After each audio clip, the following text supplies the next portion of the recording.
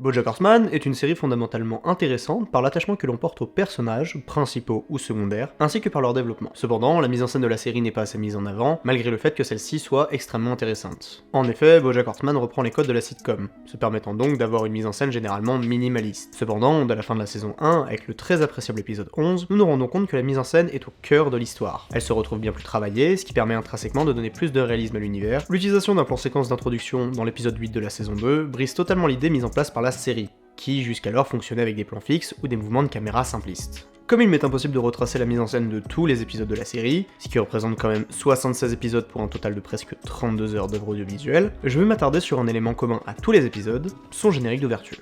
En effet, directement au travers de son générique, les auteurs parviennent à nous faire comprendre que la série ne sera pas une série d'animation, ou encore moins une sitcom comme les autres. Nous allons donc nous y intéresser plus particulièrement au travers d'une analyse plan par plan. Mais avant, la musique originale est une composition de Patrick Carney, batteur des Black Keys, qui offre une direction globale au travers d'un saxophone avec une musique désespérément mélancolique, convenant parfaitement pour dépeindre l'univers sombre de la série. Il est important de préciser que le générique des 5 premières saisons sont les mêmes au travers des cadrages, des lumières et des valeurs de plan. Seul le décor et les personnages vont différer, ce qui ne rend pas très intéressant de tout redécrire à chaque fois.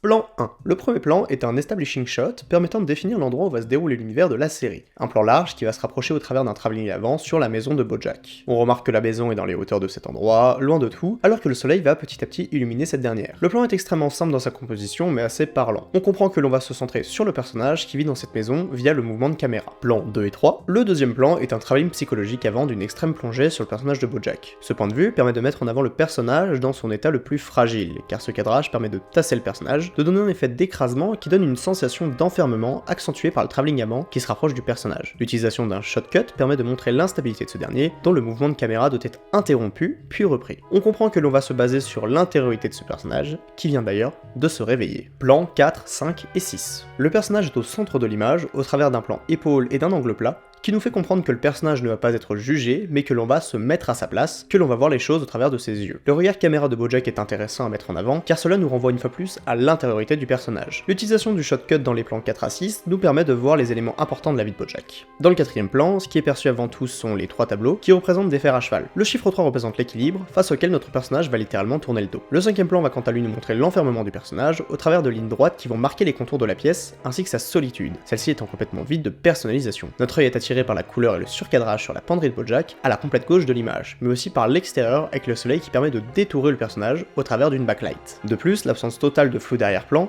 permet d'ancrer le personnage dans cet univers et nous fait ressentir le mouvement de celui-ci. Le sixième plan nous offre un surcadrage sur le personnage de BoJack au travers de la porte, se dirigeant vers l'ombre, n'étant plus que l'ombre de lui-même. Cela est accentué par les 2 magazines encadrés sur ses murs, relatant son passé. Plan 7 et 8. Maintenant, nous avons un travelling de la droite vers la gauche sur un BoJack qui fait des actions du quotidien, comme boire son café. Cependant, BoJack est montré comme étant au ralenti face à tous ceux qui sont derrière lui en train de travailler en accéléré. BoJack ne fonctionne pas au même rythme que les autres, marquant encore une fois sa différence. Le fond est absent de flou, montrant l'importance des autres personnages secondaires, comme PC, Diane ou encore Todd, qui vont être au cœur de l'histoire. A noter que le soleil est toujours présent sur la droite du personnage, permettant encore de le détourer du décor. Plan 9. Dans un centre commercial, nous avons un raccord mouvement de caméra qui permet d'induire une continuité dans l'action, malgré un changement de temporalité et de lieu. Toujours dans le fond, des journalistes prennent en photo BoJack, qui est dérangé par cela. Nous avons toujours cette idée de la lumière qui dérange le personnage, comme ce fut le cas lors de son réveil, marqué par la lumière du soleil. Autre chose à noter, le personnage boit une glace. Plan 10, 11, 12. Raccord de composition, le personnage tenait une glace dans sa main, remplacé dans ce plan par un verre d'alcool, alors que BoJack est en soirée entouré de lumière artificielle. L'on voit au fur et à mesure son état se dégrader, ses yeux devenant rouges et ses cheveux se décoiffant. Le tout est cadré au travers d'un travelling rotatif et d'un shotcut. La fête est recouverte par des lumières néons et toutes les couleurs qui accompagnent le personnage dans sa descente aux enfers. Plan 13, raccord mouvement, le personnage est dirigé instinctivement vers le rebord de sa terrasse avant de replonger dans sa piscine. L'on voit le personnage pour la première fois reculer au travers d'un travelling avant, renforçant une idée de de retours en arrière et de boucles infinies qui se répètent. Plan 14, raccord mouvement de caméra. Le personnage est introduit dans sa piscine au travers d'un flash de lumière. Il est au plus bas de sa condition, au fond de sa piscine, entouré de femmes qui ne portent même pas attention à ce qui se passe pour lui. L'auteur renvoie ici à la solitude de Bojack, que personne n'aide. De plus, le personnage bouge pour la première fois au travers d'une rotation de gauche à droite, montrant qu'il n'a même plus la capacité de se tenir droit comme il le faisait jusqu'à maintenant. Les lumières bleues de la piscine se reflètent d'ailleurs dans ses vêtements. Plan 15, introduit au travers d'un raccord 180, le personnage est vu par Diane et Mr. Peanut Butter qui s'inquiètent clairement de voir ce qui se passe. On montre bien que ce n'est pas quelque chose d'anodin, mais qui a une importance pour les personnages. Un hélicoptère vient d'ailleurs illuminer le personnage, aveuglé, qui met sa main devant ses yeux. La caméra, devenue subjective, devient de plus en plus profonde dans la piscine, ce qui montre que le personnage sombre sans que personne ne soit en possibilité de lui venir en aide. Plan 16, raccord léopard, l'action ne se passe plus dans la soirée, mais Bojack est toujours dans sa piscine, se protégeant contre la lumière du soleil. Cela induit l'idée que le personnage peut sombrer à n'importe quel moment, mais que l'on ne saura jamais réellement le moment où il parviendra à sortir la tête de l'eau.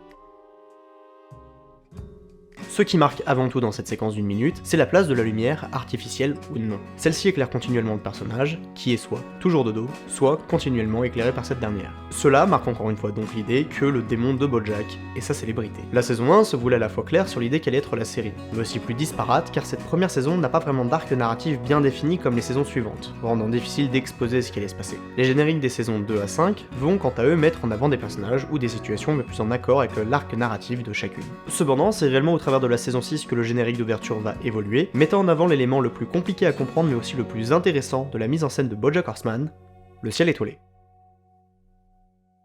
Plan 1. Le premier plan est drastiquement différent de celui des 5 premières saisons, car cette fois-ci, le travelling avant ne se fait pas sur le personnage de Bojack, au travers de sa maison, mais sur le ciel étoilé. Plan 2 et 3. Le deuxième plan confirme cette idée, Bojack étant surcadré dans le miroir, de dos à lui, il ouvre les yeux alors qu'il a seulement la vingtaine, comme s'il ouvrait les yeux sur tout ce qu'il avait fait par le passé. On a toujours cette idée de personnage dans son état le plus faible, notamment par sa tête directement braquée vers le bas, les yeux fermés. Plan 4, 5, 6, travelling arrière, Bojack toujours au premier plan, mais avec Sarah Lynn qui est sur la gauche du cadre. On y vient. On voit ensuite apparaître Herb, qui est sur la droite du cadre, regardant Bojack partir au loin, sans l'attendre. Herb disparaît dans un effet de feuilles brûlées, au travers d'un beau raccord de focalisation. Son regard n'est plus le même, il est cette fois-ci accusateur. Cela met en avant le premier élément tragique dont est responsable Bojack. Plan 7, transition avec les ballons de Penny, toujours au travers d'un raccord de focalisation, apparaît la structure dans le désert du Nouveau-Mexique, symbole de la relation aujourd'hui détruite avec Penny. Plan 8-9.